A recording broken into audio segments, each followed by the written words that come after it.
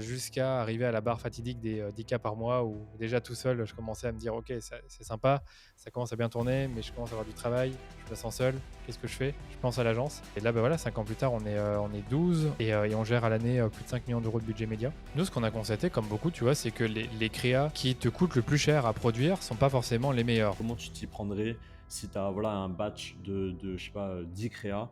Comment tu t'y prends pour tester ces créas-là? Faut pas oublier que quand tu scales, il y a un moment où tu vas être bloqué sur le nombre de personnes que tu peux toucher dans ta campagne parce que ton CPM va soit augmenter ou voilà, Facebook pourra pas aller chercher d'autres personnes. Donc c'est vraiment pour ça que tu as besoin d'avoir d'autres campagnes, d'autres créas pour aller toucher d'autres poches de tes audiences. Salut Danilo, merci beaucoup d'être sur le podcast Merci Fraté, où on va parler Facebook Ads. Tu es un dinosaure, comme je disais juste avant, du podcast, du blog sur Meta maintenant. Est-ce que tu pourrais te présenter pour les auditeurs qui ne te connaissent pas, s'il te plaît? Ouais, merci pour le compliment. Donc, Real Dinosaur, ça fait 6 ans que je suis dans le métier, dans le marketing digital, dans la pub Facebook aussi. Et ça fait aussi 6 ans que je crée du contenu sur les plateformes, hein. Donc, 6 ans que j'ai un blog, 4 ans que j'ai un podcast. J'ai démarré en tant qu'indépendant il y a 6 ans, donc en tant que freelance. Donc là, j'avais presque 25 ans, là, donc bientôt 31. J'ai fait 1 an et demi de freelance, donc spécialisé Facebook Ads. Donc l'idée, vraiment, à cette époque-là, c'était de piloter des campagnes, de faire du coaching, de même donner des formations. J'ai vraiment tout fait, la totale, jusqu'à arriver à la barre fatidique des 10 cas par mois où déjà tout seul, je commençais à me dire: «OK, c'est sympa, ça commence à bien tourner, mais je commence à avoir du travail, je me sens seul, qu'est-ce que je fais? C'est quoi la suite?» Je pense à l'agence. J'y pense quelques semaines, je me dis: «OK, c'est bon, j'y vais». Boum, je crée une société, je prends un nom d'agence, l'été, donc la société a été créée en juillet 2019. Je recrute mon premier employé, il s'appelle Quentin Vermersch, en octobre 2019 et on est parti. Boum. Et puis après, juste avant le Covid, on était pareil, on était déjà 2. Et là, bah, voilà, 5 ans plus tard, on est 12. On fait du Meta Ads, du Google Ads, les autres régies comme Pinterest, comme TikTok. On fait un peu de Klaviyo, on fait du tracking, on fait de la créa pour ces différentes régies parce que sans créa, malheureusement, on fait pas grand-chose. Et donc, on a une équipe qui s'articule voilà, avec une majorité de média buyers, performance managers. Ensuite, des créatifs, on en a 2 actuellement, plus 2 freelances avec qui on bosse pour certains projets. Et on a aussi un expert en tracking qui n'est nul autre que mon cousin, qui sait faire pas mal de choses, dont les montages du podcast. J'aime bien raconter cette anecdote-là parce que c'est lui qui fait les montages du podcast et d'autres choses sur le site web. Donc, il a vraiment ce côté tech qu'il n'y a personne d'autre qui a. Et lui, depuis maintenant 6 mois, on va dire pratiquement, il fait du tracking. Il installe des pixels, des API de conversion, des tracking server-side avec GTM server-side. Donc, il fait vraiment la totale. Et donc, maintenant, dès qu'on a un souci de tracking, c'est lui qui le règle. Mais voilà, pour terminer sur la présentation, c'est ce qu'on fait aujourd'hui chez DHS. Et on gère à l'année plus de 5 millions d'euros de budget média. Ce que j'aime bien dire aussi, c'est que dans ces 5 millions, tu as plus de 85% qui est dépensé sur Meta. Donc, très clairement, on est une agence Meta Ads si je dois vraiment nous simplifier notre positionnement. Et qu'est-ce que j'allais te dire d'autre? Et on a accompagné plus de 100 marques dans le direct to consumer. Donc, ça peut être des e-commerçants, des startups, principalement ces 2 types de boîtes, également des retailers qui se lancent en e-commerce. Et aujourd'hui, on a, je pense, entre 25 et 30 comptes, ça dépend des moments, mais on est plus ou moins à 25-26 comptes sous gestion. Voilà. OK, top. Bah, merci beaucoup Danilo pour cette présentation très complète. Oh. On comprend que, le media buying, ça a plus trop de secret pour toi et tu as pu monter une belle agence avec, pas mal de monde et au fur et à mesure, 2019, en plus, c'était la belle époque. Bon, ça c'est toujours la belle époque de Facebook, mais c'est vrai qu'à l'époque, c'était Mmh. beaucoup plus simple. Ça s'est beaucoup plus professionnalisé, avec le temps. Hem, Tu fais pas mal de contenu, podcast, articles de blog, on mettra bien évidemment tous les liens en description. Petite question avant de rentrer dans le vif du sujet sur, Meta Ads. Mmh. Pourquoi toi, selon toi, enfin, ça fait 4-5 ans donc tu crées du contenu. Comment c'était venu de créer du contenu pour attirer, voilà, tes clients plutôt que de faire de la publicité ads? Parce que tu pourrais te dire: «Voilà, Oui. je fais je suis spécialiste de la publicité, pourquoi j'en fais pas en ligne pour mon compte?» Non, je pense que comme beaucoup de jeunes, et encore aujourd'hui, j'ai été nourri au Gary Vaynerchuk, qui expliquait qu'il fallait créer du contenu pour être visible et pour créer une personal brand. Donc j'ai fait ça, tout simplement. Donc j'ai créé mon blog. En fait, à l'époque, je pense que c'était beaucoup la mode d'avoir des blogs à son nom. Je me rappelle, c'était un peu le truc, c'est que tu crées un site à ton nom. Donc j'ai fait ça, évidemment sans penser que, j'allais créer ensuite, une agence et sans penser que j'allais même devenir freelance. Je me dis: «OK, j'ai juste créé des contenus, j'ai créé une personal brand et comme disait Gary, ben, tu parles de ce que tu connais. Et moi, ce que je connaissais à l'époque, à 24 ans, c'était le Facebook Ads et quelques principes de market et d'inbound marketing. Hyper clair, bah, ouais, bien avant, je pense, la majorité ou la grosse vague qui en vient d'arriver, surtout sur les podcasts, on en parlait juste avant. Moi, j'avais une petite question. C'est vrai que j'ai 2 e-commerce, tu vois? Et c'est vrai que j'ai quelques potes qui me disent: «Ouais, j'aimerais lancer du Facebook Ads, qu'est-ce que je dois faire?» ainsi de suite. Et souvent, ça passe dans un premier temps par, l'offre. Et je voulais savoir toi, avant de lancer des ads, est-ce que tu retravailles la stratégie carrément, de tes clients en parlant des offres, des landing pages, ou est-ce que tu reprends, bah, le contenu, l'existant qui est souvent, pas ouf parce que, bah, ils se sont rendus compte qu'ils étaient pas forcément très optimisés sur ce point-là. Toi, un petit peu, c'est quoi ta roadmap avant de lancer les ads pour, un nouveau client? Je pense que nous, on n'est pas dans la situation où il faut retravailler l'offre, parce que la majorité des e-commerçants ou des startups qui nous contactent et avec qui on veut vraiment travailler sont dans des phases de scale et donc en gros ont déjà un tunnel de vente en place qui est fonctionnel, une offre qui a fait ses preuves et du coup qu'on n'a pas forcément besoin de challenger. Donc franchement, si je te prends, voilà, tous les comptes avec qui on a eu du succès, il y en a eu très peu pour qui on a dû vraiment recalibrer l'offre. Donc pour moi, l'offre, ça peut être soit, ben, comment tu vas, vendre ton produit, comment tu vas communiquer à propos de ce produit ou alors ça peut être simplement une offre monétaire, une discount ou, autre chose. Mais ça, on ne le fait pas forcément beaucoup, actuellement. Par contre, évidemment, on finit par identifier, ben, les produits best-sellers qu'on doit absolument mettre en avant. Mais l'offre en elle-même, après, je sais pas ce que tu entendais par offre pour être vraiment sûr, mais on ne le retravaille pas forcément. OK, non, mais très clair. Peut-être que, tu vois, il y a des gens qui arrivent vers toi, qui disent, «J'aimerais performer sur Facebook Ads, j'ai pas réussi parce que je l'ai testé sous différentes manières. Est-ce qu'on pourrait taffer ensemble?» Ou peut-être je vais reformuler peut-être ma question. Est-ce qu'il y a des points communs entre tous tes clients, qui laissent à penser que, voilà, ces points communs-là permettent de bien performer sur Facebook Ads? Bah, pour moi, product market fit, hein. Là, vraiment, ta question, directement, je pense à ça. C'est qu'ils ont trouvé, enfin, leur produit et ils ont trouvé un marché et un message pour vendre ce produit. OK, OK, hyper clair. Est-ce que tu cherches par exemple des KPI business, que ça soit sur le site en lui-même, bien précis? Par exemple, un panier moyen, un taux de conversion minimum, selon toi, c'est quoi les prérequis? Ouais, pour moi, c'est une bonne question. Ça, c'est des questions que je pose toujours en entretien découverte. J'aime bien demander panier moyen, comme tu dis. En dessous de 50 euros, franchement, c'est rare que je dise ouais, c'est bon, on y va. À moins que le client dise ok, on a une grosse récurrence derrière et là, on peut se permettre d'avoir des ROS à 1,5, 2 ou 2,5. Mais généralement, panier moyen à 50 euros.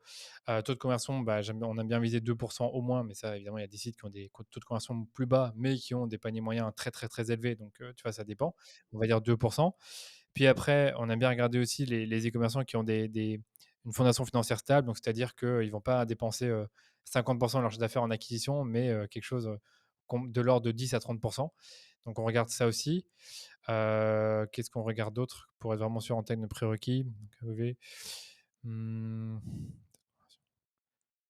Marge brute, ça j'aime bien poser la question. Quelle est votre marge brute? Donc, si, admettons que le client a un panier moyen à 100 euros et qu'il me dit: «J'ai une marge brute à 60 euros», je me dis: «Ouf, ça va peut-être un peu difficile d'atteindre ses objectifs parce qu'il faudra avoir un CPA qui est très bas».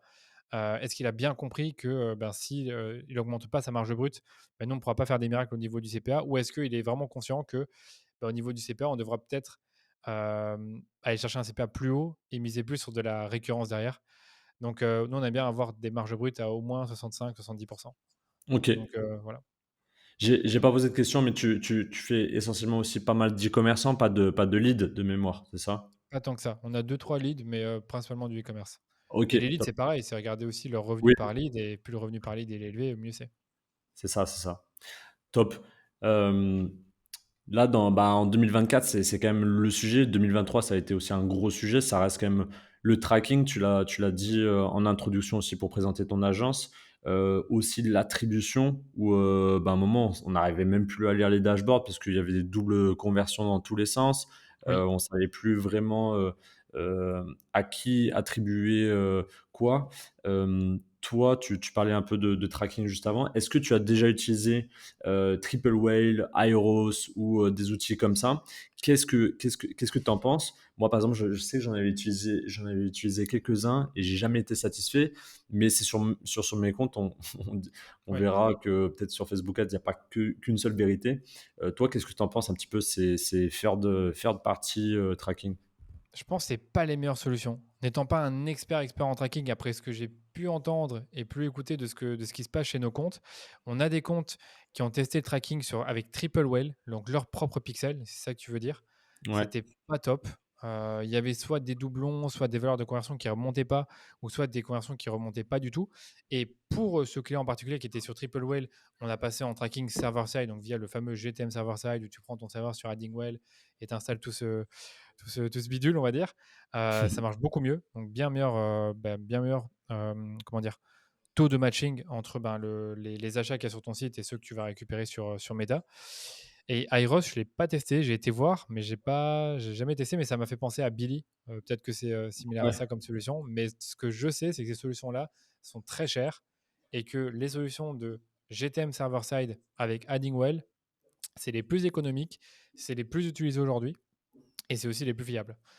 Donc voilà. Par contre, évidemment, ça demande de les installer une fois et ça demande peut-être d'avoir de la maintenance ou en tout cas d'avoir un prestataire tracking qui va être là quand il y a des soucis parce qu'il y en aura. Alors que je pense que Iros et Billy gèrent ça pour toi et c'est pour ça qu'il y a ces prix-là. Ouais, ouais, clairement, c'est vrai que c'est des logiciels hyper coûteux. D'ailleurs, Triple je crois, c'est fait, je sais pas, peut-être 6 mois, ils ont augmenté, mais drastiquement leur prix. C'était un fois 4 d'un coup. Ah oui, Et voilà, c'est vrai que tu as un peu plus la main sur ton tracking si tu gères toi-même, potentiellement avec ton serveur. Donc, c'est vrai que j'entends de plus en plus que les serveurs, enfin, ton propre tracking server-side, ça devient la norme. Et c'est la tu vois, norme, oui. je l'ai même pas mis de mon côté, mais c'est vrai que je pense que quand tu arrives à un bon chiffre d'affaires, il est nécessaire que tu le fasses et de toute façon, le retour sur investissement sera bien meilleur parce que l'attribution sera plus correcte. C'est ça. Euh, Ça, c'est une bonne remarque. C'est vrai que je pense que si tu fais, je dis une bêtise, mais 30 000 euros de chiffre d'affaires par mois, je suis pas sûr que c'est vraiment nécessaire. Et quand tu commences à dépasser 50, 80 000 euros par mois, donc on va dire 1 million par an, enfin, dans ces eaux-là, ça devient vraiment intéressant de l'avoir. Parce que tu ouais, dépenses potentiellement peut-être 10 000 euros par mois en ads. Et là, à ce moment-là, il faut quand même avoir un tracking efficace. clairement, clairement. Donc, avant de lancer des ads, évidemment, il faut la partie créa. D'ailleurs, tu as un département créa dans ton agence. Ouais, Selon toi, qu'est-ce qui fonctionne un petit peu le mieux maintenant en 2024 en termes de créa? Est-ce que tu as un type particulier, image, GIF, vidéo, carrousel, ou est-ce que tu trouves il faut quand même toujours mixer le type de créa? Et ouais, est-ce que tu pourrais donner, on va dire, quelques tips à toutes les ouais. personnes qui commencent un petit peu en Facebook Ads, si elles veulent attaquer sur ce créneau-là? Comment elles pourraient s'y prendre, pour, commencer à performer? Bah, nous, ce qu'on a constaté, comme beaucoup, tu vois, c'est que les créas qui te coûtent le plus cher à produire sont pas forcément les meilleurs. Donc, en gros, si tu veux faire des bonnes créas Facebook Ads, tu n'as pas besoin d'avoir des logiciels de fou, tu as pas besoin d'avoir des productions de malades. Tu peux très bien t'en sortir avec un Canva, tu peux très bien t'en sortir avec quelques créateurs, avec des vidéos filmées à l'iPhone. Et après, pour répondre à ta deuxième question, quel type de créa fonctionne le mieux? Donc, moi, dans type, j'entends à la fois le format entre image, vidéo, carrousel, mais également le concept. Donc, qu'est-ce que tu vas, enfin, à quoi va ressembler ta créa? Est-ce que ça va être une créa plutôt orientée sur de la preuve sociale? Est-ce que ça va être plutôt orienté sur le produit avec les bénéfices, avec des petites flèches, donc que nous on appelle call-out? Est-ce que ça va être une créa de comparaison? Donc, il y en a qui l'appellent breakdown, ou je sais plus comment on l'appelle, ou alors nous, on appelle plutôt ça nous vs eux. Est-ce que ça va être plutôt une créa problème-solution? Puis après, tu pourrais te dire, est-ce que c'est une créa qui est, comment dire, aux couleurs, à l'image de ta marque, donc branded, ou est-ce que c'est une créa plutôt UGC, donc là directement en fait avec un créateur, ou avec les codes, ça il ne faut pas l'oublier, les codes des plateformes sociales. Donc pour répondre à ta question, c'est très difficile de dire lesquels fonctionnent le mieux, mais de manière générale, ceux qui ont tendance à bien fonctionner, c'est les formats que j'ai un peu cités, donc nous vs eux, call out, problème solution. Et puis nous, on a ce qu'on appelle trend et éléments familiers, on appelle ça comme ça. Ça va être des formats qui vont utiliser des éléments que tu retrouves régulièrement sur les plateformes sur ton téléphone, pardon, qui peut être la note iPhone, qui peut être des formats conversation, qui peut être des formats de reminder. Tu en as vraiment plein comme ça. GIF, même, tu as beaucoup de choses comme ça qui sont assez bêtes et qu'on a quand même vu sur plusieurs comptes que ça fonctionne bien. Euh, et puis après, tu as quand même je te dirais, le format, enfin, un format qui ne va jamais se démoder, c'est le format de preuve sociale que tu peux soit avoir en format statique, donc avec un bête témoignage et une photo du produit, par exemple, ou alors au format vidéo, où là, c'est ben, genre par exemple une série de témoignages vidéo que tu vas empiler dans une même vidéo, ou un témoignage vidéo d'un client, soit de face cam ou soit interviewé, ça dépend un peu de comment tu le vois. Et une dernière créa qui, encore une fois, c'est dur de se rater avec celle-ci quand elle est bien faite, c'est la Founders Interview, où tu as le fondateur qui va nous parler de sa marque, de la raison d'être de la marque, du produit, de qu'est-ce qu'il a de spécial, qu'est-ce qu'il a de différent, comme toujours, hein, les avantages, les bénéfices, euh, et après même les valeurs de la marque qui doivent transparaître dans le produit, et après ben, avec des témoignages ou un call to action. Donc ça, c'est le genre de format qu'on a tendance à beaucoup utiliser et qui fonctionne bien. J'ai jamais essayé le Founder Stories. Vraiment, j'essaye. Mais c'est vrai que tu testais par exemple enfin, nous VS eux. C'est vrai que celui-ci, enfin, sur mes comptes, moi, ça a toujours été les best en CPC parce qu'il crée aussi beaucoup d'engagement sous le créa. Donc ça fonctionne super bien. Et il y avait un truc aussi, j'ai l'impression que c'est un peu le retour aussi au statique, alors qu'avant il y avait beaucoup de vidéos et je trouve que les statiques aussi, vu que l'attention des personnes, baisse de plus en plus, les images, on comprend tout de suite, alors ça dépend les produits parce que tu as des produits qui nécessitent beaucoup plus, d'explications, mais sur un produit, on va dire un peu plus basique, j'ai l'impression que les images, fonctionnent, bien mieux que, enfin bien mieux, ont des meilleures performances qu'à l'époque que, les vidéos parce que les gens s'embêtent plus en fait à cliquer sur play ou à écouter carrément le message de vidéo. Qu'est-ce que tu en penses? Ben, c'est pas qu'une impression. Je pense vraiment que la vidéo reste surcotée, surtout les vidéos en motion. Je pense que les UGC, quand ils sont mal faits, quand ils ont pas l'air authentiques, ça ne marche plus ou ça marche de moins en moins. La statique, c'est le format, à mes yeux, qui est le plus efficace. Et je suis sûr que si je prends tous nos comptes et que je regarde, que je compare les formats entre, et heureusement, on les a bien nommés, entre images, vidéo, UGC, carrousel, je suis sûr et certain que c'est les images qui vont gagner. Ça, il faudrait que je fasse l'étude. Je pense que c'est une très bonne idée. Donc statique, hyper intéressant à ce niveau-là. Et en plus de ça, moi j'aime bien dire que pour une vidéo, tu peux faire 5 statiques en termes de temps. Donc du coup, tu peux beaucoup plus itérer, décliner ou même tester simplement des statiques un peu différentes et des messages différents dans tes statiques ou juste des mises en forme différentes ou des prises de vue du produit différentes. Ça, tu peux vraiment tester tout ce que tu veux. Donc moi, pour moi, statique, clairement, le format le plus versatile, pardon, le plus efficace et le plus simple pour tester. Donc, moi, je suis plus un grand fan des statiques, même si je sais que certains pourraient écouter et dire: «Oh mais non, il a pas raison. Nous, on a des meilleures performances avec la vidéo». C'est pas ce que je suis en train de dire. Je suis en train de dire que de manière générale, sur tous les comptes confondus, c'est plus la statique qui fonctionne. Et après, il y a des comptes où en effet, c'est plus la vidéo, mais ça dépend du produit, ça dépend de comment on fait ses vidéos. Si on prend le fondateur de Boku, par exemple, bah, lui, je sais très bien qu'il est très fort en vidéo et c'est peut-être pas le meilleur en statique. Donc non, j'ai même vu des annonceurs où ils ont que de les perfs avec de la vidéo et d'autres qui ont que des perfs avec de la statique. Mais au global, statique. OK, OK, hyper intéressant. Bah, ouais, ça dépend vraiment du produit et de l'explication. C'est vrai que pour expliquer, des toilettes japonaises, je pense qu'il est nécessaire de montrer un peu en vidéo à quoi ça ressemble, les objections et voilà, et surtout sur un produit, qui coûte surtout un peu plus cher que, voilà 30-50 €. Ça peut être un produit aussi, coup de cœur, impulsion. Je pense que la vidéo, c'est nécessaire. Hem Toi, justement, tu parlais de tester des créas, vidéo, images. On entend aussi beaucoup bah, voilà, il y a pas mal de contenu sur YouTube, pas mal de youtubeurs qui, disent comment tester leur créa. Toi, dans ton agence, est-ce que tu as une roadmap pour tester des créas? Comment tu t'y prendrais si tu as, voilà, un batch de je sais pas, 10 créas? Comment tu t'y prends pour, tester ces créas-là? Bah, c'est vrai que sur la partie test, on a toujours envie de se compliquer la vie et de donner un peu la méthode parfaite, mais tu as pas vraiment de méthode parfaite là-dessus parce que tu peux tester tes créas de manière très différente. La base, c'est de se dire que tu vas avoir un ensemble de publicités par test, mais c'est pas toujours possible en pratique parce que ça te demande beaucoup de budget. Donc tu peux avoir ta campagne de test avec un ensemble de publicités par créa, où là tu vas tester tes créatives une par une. Mais si tu as, comme tu disais, 10 créas, ça te fera 10 ensembles de publicités différents et c'est peut-être un peu complexe de le mettre en place. Moi, je pense que c'est intéressant de le catégoriser par soit par axe ou soit par concept.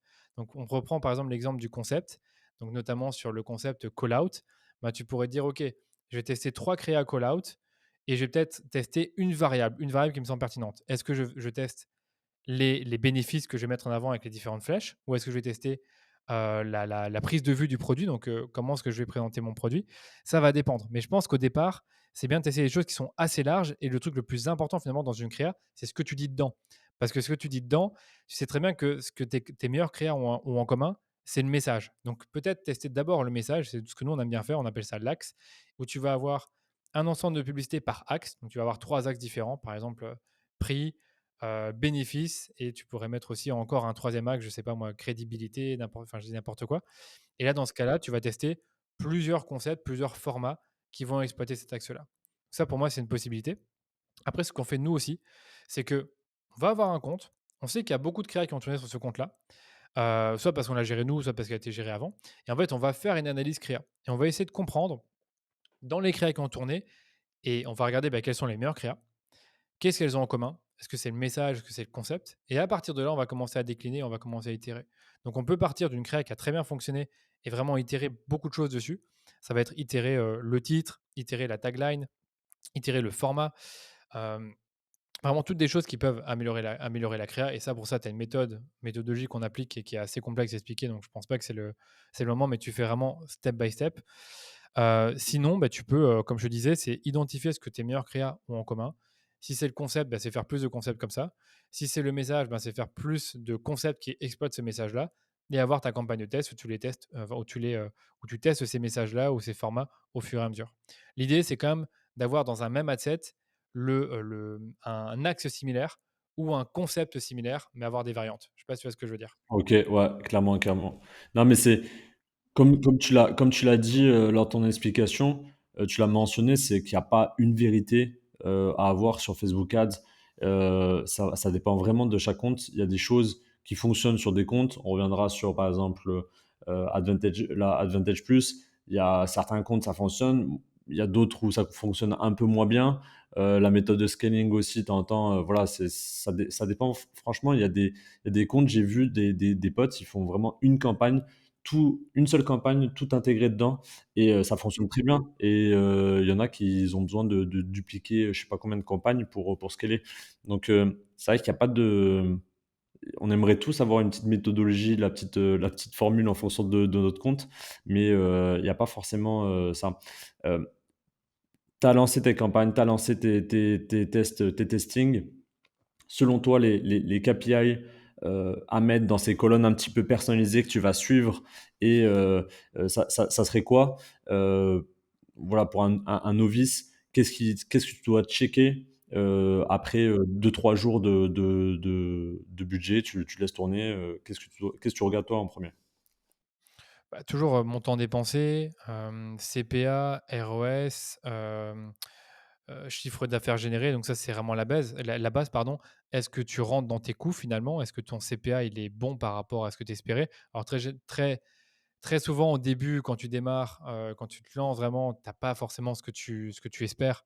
Donc tu dois regarder un peu plus haut dans le tunnel.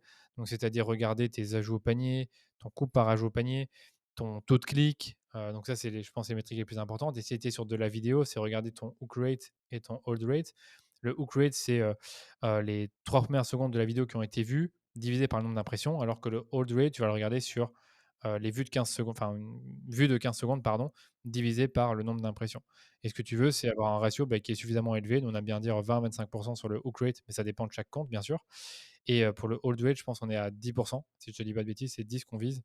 Donc, tu vas regarder quand même ces choses-là parce que en fait, ça te raconte une histoire sur ta créa. C'est comme ça que j'aime bien dire. C'est ton hook rate, ton hold rate, ton taux de clic te disent si ta créa a quand même capté l'intérêt des gens. Après, je sais que tu as des métriques encore bien plus complexes que tu peux regarder, que j'ai pu observer sur YouTube, mais je ne suis pas allé jusque-là et c'est plus mon rôle en fait de faire ça. Donc, je pense que je pourrais donner d'autres métriques qui te permettent de comprendre vraiment la performance d'une publicité et de pouvoir la reproduire sur d'autres. Ou alors, en tout cas, de trouver peut-être des hooks ou des façons d'attirer l'attention que tu pourrais ajouter à d'autres créas. Mais globalement, c'est ça, hein. Globalement, c'est ça. Je réfléchis s'il y a d'autres métriques qui me paraissent importantes à mentionner. Montant dépensé, CPA, on l'a dit, ROS, chiffre d'affaires. Tu as aussi revenu net. Revenu net, on a bien regardé, il y en a qui n'aiment pas trop. C'est prendre le chiffre d'affaires moins le montant dépensé. Et si tu veux trier tes créas par revenu net, ben, tu peux vite voir en fait celles qui t'ont rapporté le plus de revenus parce que tes meilleures créas ne sont pas forcément celles qui ont le meilleur ROS parce que certaines peuvent avoir un très bon ROS par chance ou parce que elles n'ont pas dépensé beaucoup d'argent et c'est peut-être un peu faussé. Donc revenu net, je trouve que ça réconcilie un peu tout, parce que ça réconcilie montant dépensé, chiffre d'affaires généré et ROS. Et généralement, les créas qui ont le meilleur revenu net, on va parler après, c'est celles aussi qui sont les plus intéressantes pour scaler. OK, hyper intéressant. Tu vois, j'ai revenu net, enfin, j'avais jamais entendu comme métrique pour, trier des créas ou les plus performantes. Moi, je voulais revenir vite fait sur le CPC, tu vois? Il y a souvent des Ah, CPC j'en ai pas hyper parlé, intéré ouais. Mm. ouais, des CPC hyper intéressants, donc qui est le mix entre le CPM, le coût par 1000 impressions et le click to Code rate, donc click. Ouais. le taux de clic, ouais. Et il y a souvent des créas qui ont, bah, voilà, des bonnes métriques en CPC, donc qui sont, qui ramènent beaucoup de clients, ça peut être enfin beaucoup de visiteurs, pardon, mais qui ramènent peu de conversions. Continue. Et tu dis que cette créa-là, tu vois, elle a un potentiel. Tu te dis, ah, celle-ci a déjà marché sur un compte, je l'ai itéré légèrement, je sais que j'ai envie de la pousser, mais elle fait pas autant de conversions. Toi, comment tu réagis face à des créas? Tu te dis, tu vois, tu limite, tu as un rapprochement émotionnel avec la créa, tu te dis: «Ah, j'ai envie de la laisser encore un peu tourner». Est-ce que, selon toi, il faut vraiment la cut et trust la data, ou tu lui donnes une autre chance, tu la remets dans une campagne, individuelle pour la voir tourner? Parce que de temps en temps, j'ai eu ce moment-là où je la remets dans une campagne, isolée avec un seul adset, juste, la créa qui avait pas performé avant, et elle performe tout seul. Tu vois, Heu, c'est ça. C'est comme souvent, il n'y a pas vraiment une bonne ou mauvaise réponse. Évidemment, c'est une question qu'on s'est déjà posée 10 000 fois.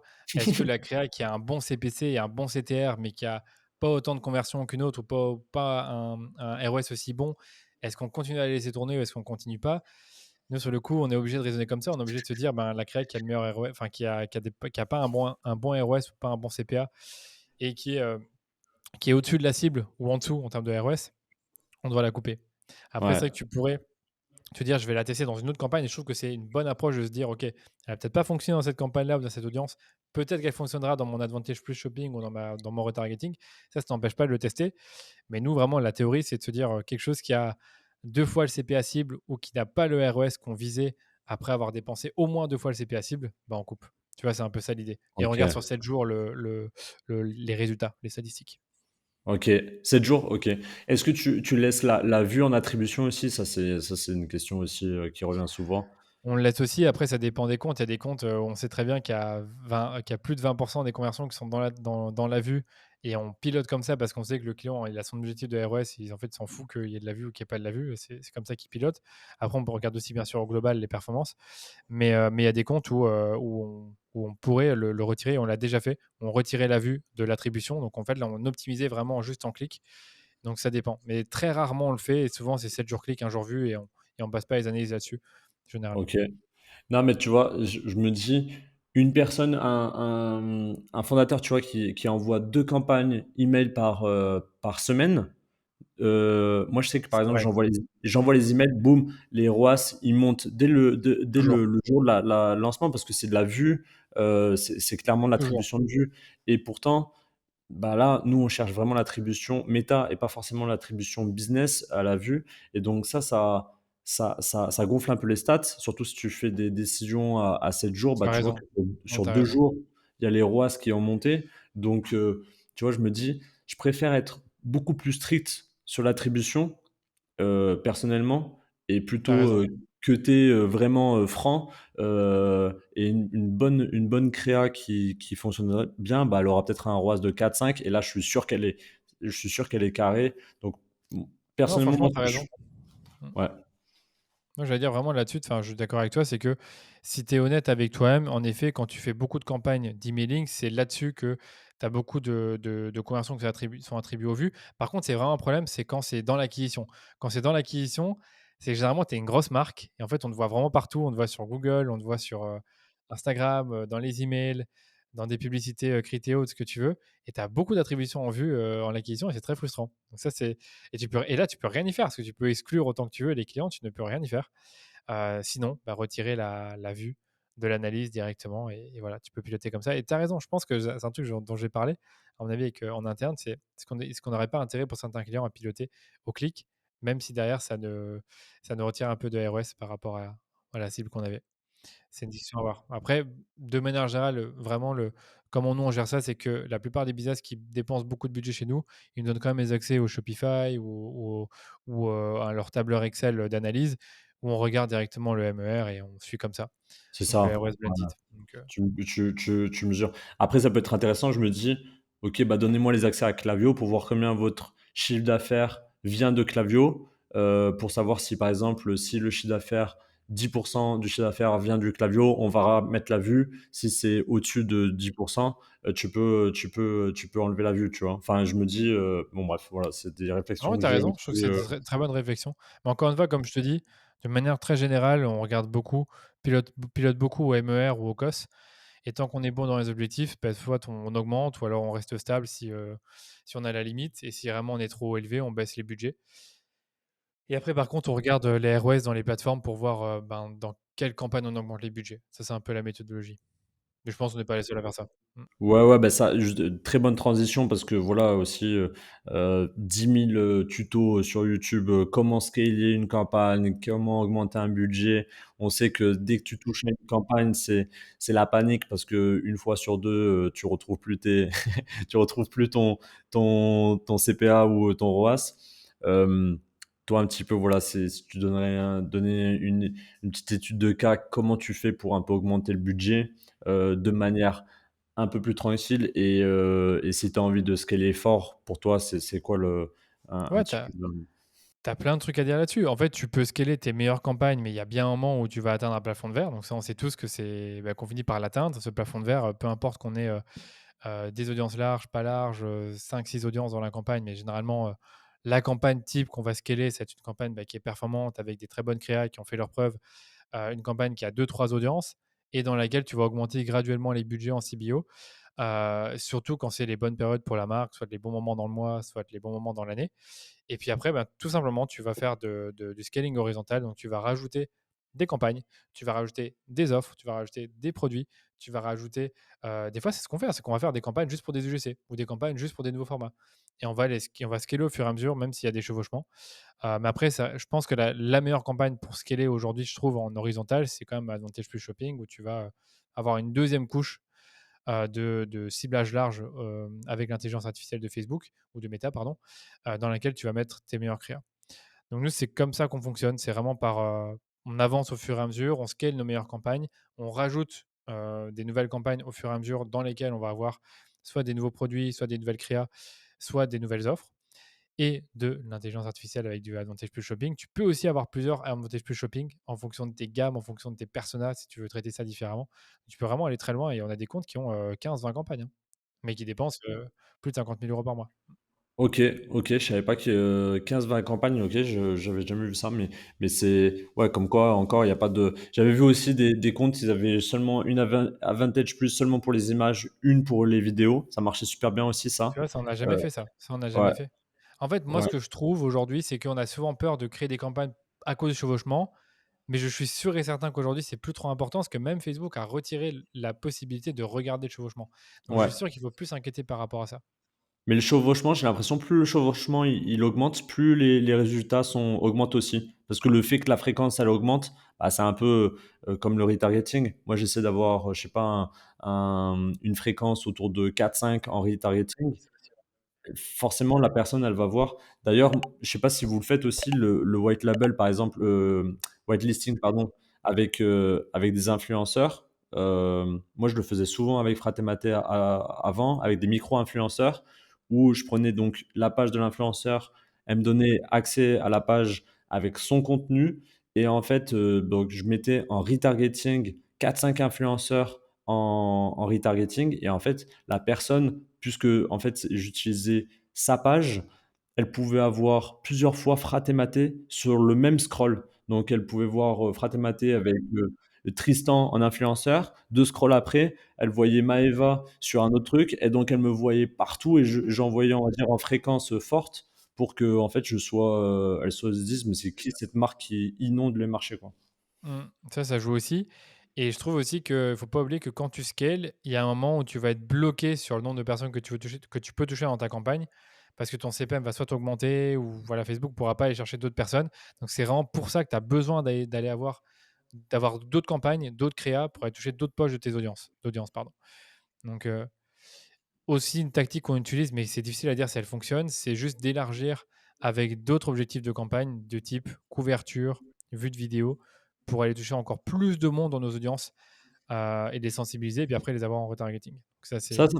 ça ça marche bien, tu Bah, mais à trouves? mes yeux, je pense que ça marche bien. Parce que comme pour ceux pour qui on le fait, on a bah, évidemment le retargeting, on investit toujours plus sur ces campagnes-là, vu qu'on augmente le budget global du compte.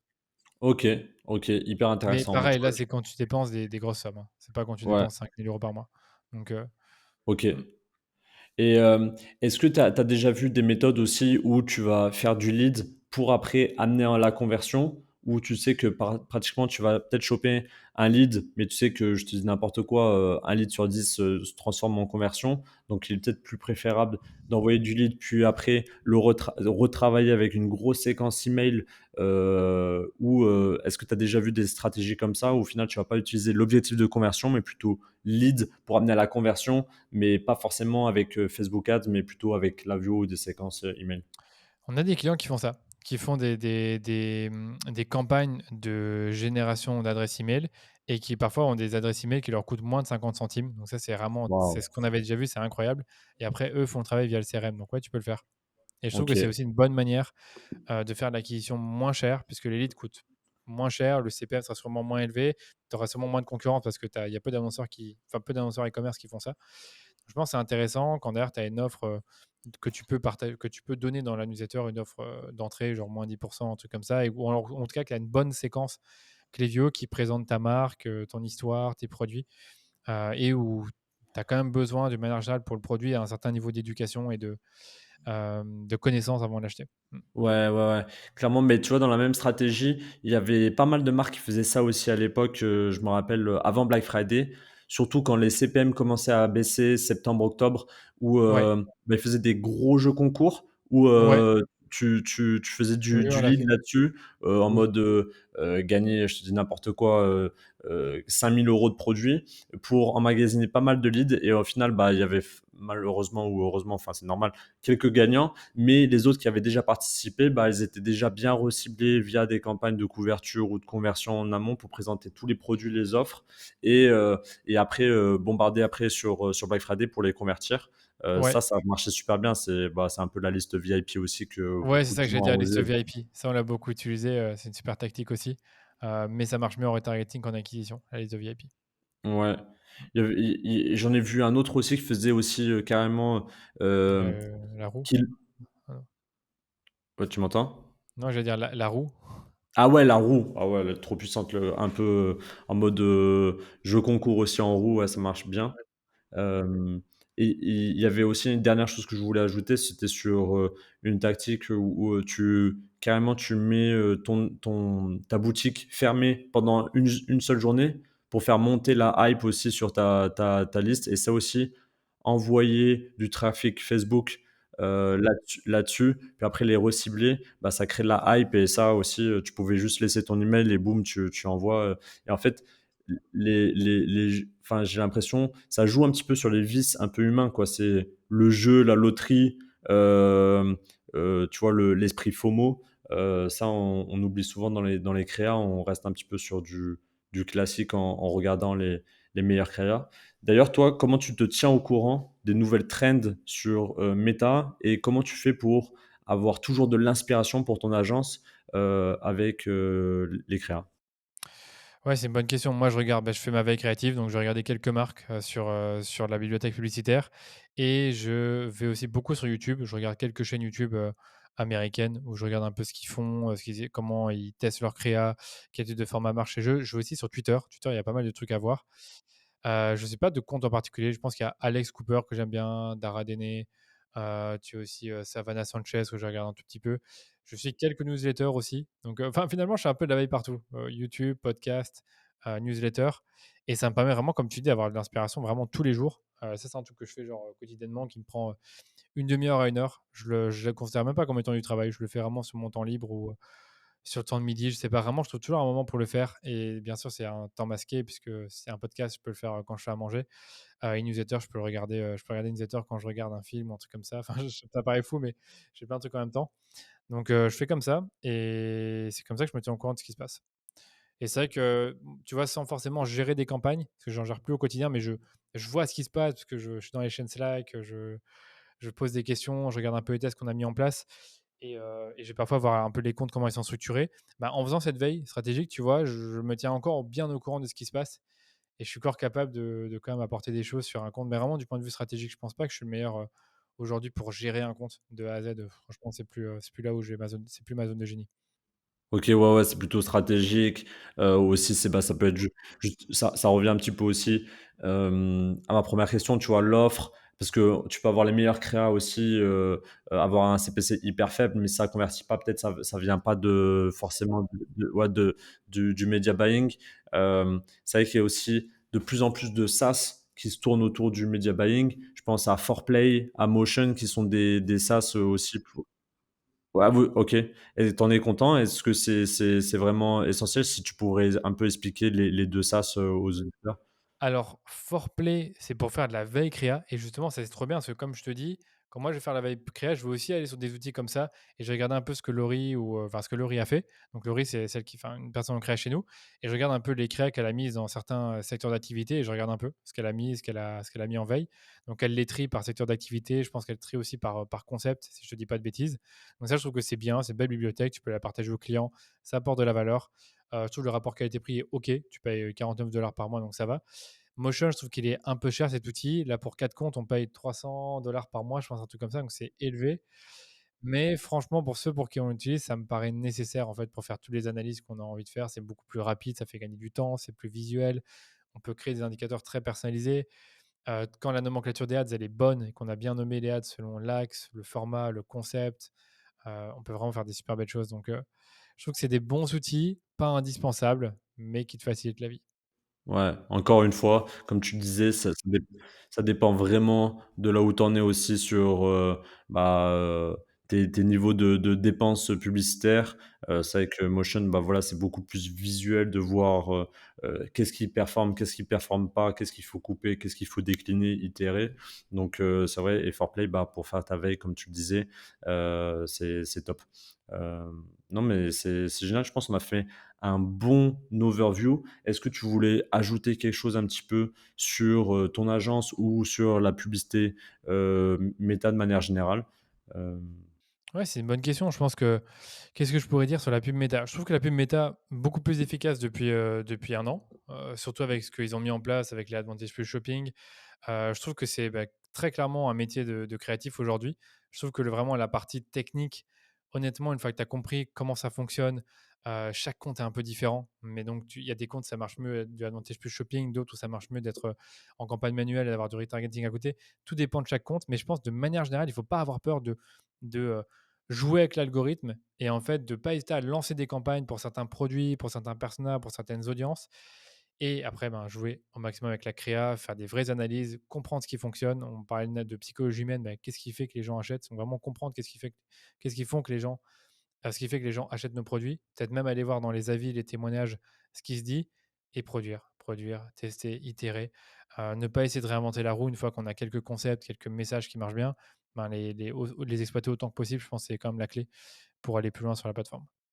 Yes, clairement, bah, tu l'as dit, hein, tester, tester, tester, c'est le maître mot sur, sur Facebook, et voilà, moi, enfin, c'est vrai que je me dis, ça serait ouf qu'il y ait un SaaS, tu vois, où tu arrives à donner toutes tes créas, toutes tes photos, vidéos, et que tu as des SaaS qui te créent automatiquement tes créatives, tes vidéos, selon, un format bien précis. Ça serait dingue de voir ça. Il y a quelques SaaS qui font ça, mais je trouve pas ça encore bien fignolé, mais Ouais, je pense pas qu'on peut dire que la créativité, ça sera, enfin, que ce sera impossible, en fait, de comment dire? d'avoir un SaaS ou ou un logiciel qui te crée des formats performants. Je pense vraiment qu'il y a peut-être des solutions, mais ça doit vraiment pas être facile. Non, ouais, ouais, bah, on verra hein, avec l'intelligence artificielle Mmh. d'ici 1 ou 2 ans, peut-être, il y aura quelque chose qui sort, mais en tout cas, Ouais, je pense qu'on a fait un bon overview du sujet. Un grand merci encore Danilo pour ton temps et cette discussion. Heu, à chaque fois qu'on parle Facebook Ads, surtout avec un mec calé comme toi, tu as envie de relancer 4 campagnes, juste après le call parce que tu as des nouvelles idées ou tu as envie de faire trop de choses et c'était trop cool. En tout cas, c'est un plaisir. je mettrai bien évidemment tous tes liens en description et bah, si vous avez des questions, n'hésitez pas à shooter un petit email ou à poster, bah, vos commentaires sur YouTube et n'oubliez pas de mettre 5 étoiles si vous êtes sur Spotify ou Apple. Merci beaucoup Danilo. Merci à toi, à très bientôt et mettez bien 5 étoiles sur ce podcast, c'était génial. Ciao, ciao.